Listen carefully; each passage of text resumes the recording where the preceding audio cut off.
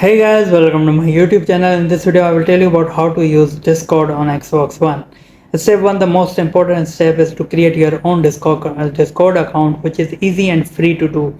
Just pick a username and password and make sure to include your actual email address so Discord can verify it. This can all be done on the mobile and desktop apps or on Discord website. Step 2, you then need to link your account. To link your account together, you need to head to your Xbox One, select your gamer tag from the upper left hand corner of the screen, select settings from under the home and system menus, then account. From there you want to select linked social accounts, which will ask you to enter your Xbox account's pass. From there pick the Discord title and the linking process will get started. Step 3, head into the Discord app and select settings, which look a little like a gear. From there select connections and then add. From there pick the Xbox logo. Step 4, once you select that, a pin will show up on your TV screen. Type it also the Discord app and your account will instantly link together. Hope this guide will help you. Please leave a like and subscribe this channel for more videos and guides like this. Thank you so much.